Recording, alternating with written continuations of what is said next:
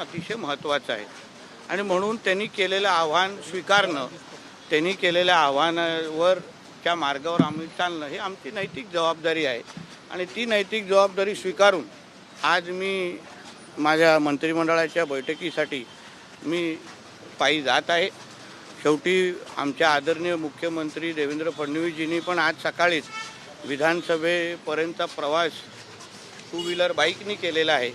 आम्ही आमच्या ताफ्यातल्या गाड्या कमी केलेल्या आहेत आणि म्हणून भारताच्या प्रत्येक नागरिकाने हे कुठलंही पक्षीय राजकारण न आणता, हे कुठलाही पक्षाचा विषय नाही आहे, आदरणीय पंतप्रधानांनी देशाचे पंतप्रधान म्हणून केलेलं आव्हान आहे, म्हणून प्रत्येक नागरिकांनी ते पाळलं पाहिजे आणि त्या मार्गावर चाललं पाहिजे। विरोधक मात्र याकडे स्टंटबाजी म्हणून आरोप करताना पाहायला मिळतात। मुळात तेच तर तुम्ही सांगितलं, हा कुठला राजकीय मुद्दाच नाही आहे।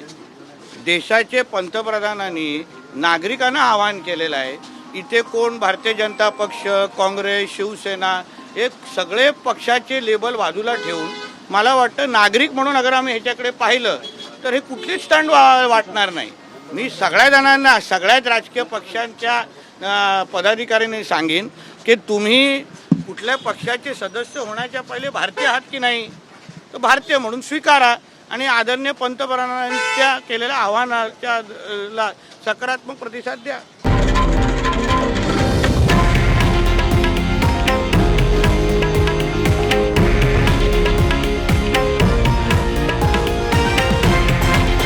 हे आहे देशातील नंबर 1 न्यूज नेटवर्क आणि आपण पाहत आहात TV9 मराठी, एकमेव।